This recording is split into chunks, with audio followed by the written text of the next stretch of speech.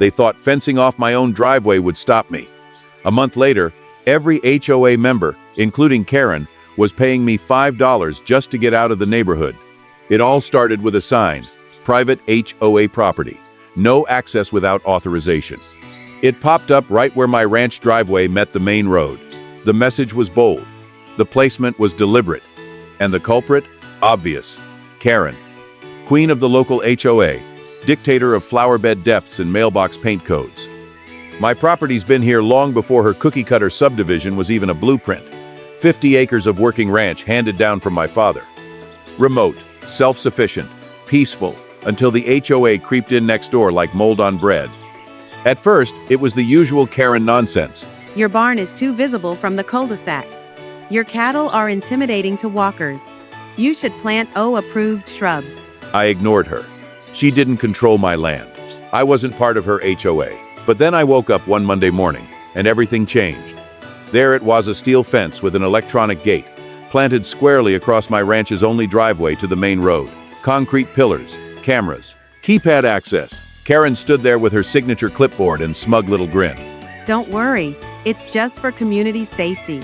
Since your access road cuts through HOA land, we're enclosing it as part of our gated perimeter. That's my road, on my property.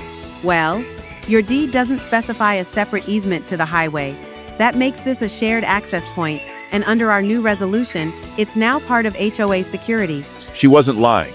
They had slipped something shady through the county, a petition claiming my driveway as shared due to a lack of formal road documentation. Technically, I had no other direct exit. Technically. For a week, I had to park at the far edge of my ranch and take an ATV across fields just to get to town. Karen waved at me through the gate every time I passed. Her look said it all. Checkmate. But she didn't know who she was dealing with. See, I don't panic. I research. And after digging through property records, I found a little miracle.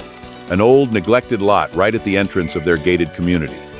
A 30-foot strip of land that had been used as their main access road for decades. But it didn't belong to the HOA. It belonged to a retired man in Florida who hadn't been out here in years. So I called him. We talked. And a week later, that strip of land was mine. The next morning, I put up my own gate, right across their main exit. 3 days later, I added a toll system. Welcome to Tollgate Ranch, minus $5 per vehicle, card only. The outrage was immediate. Karen was practically frothing at the mouth. She called the sheriff, filed complaints, sent me cease and desist letters.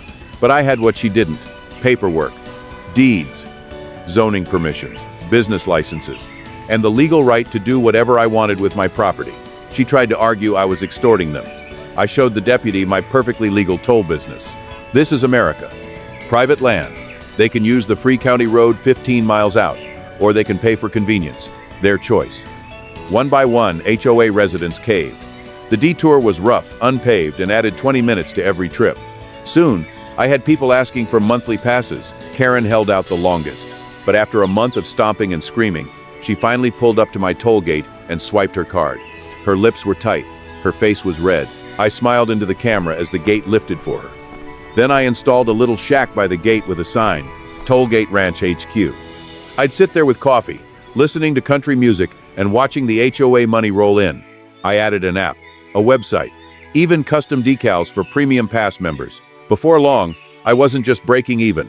I was turning a profit.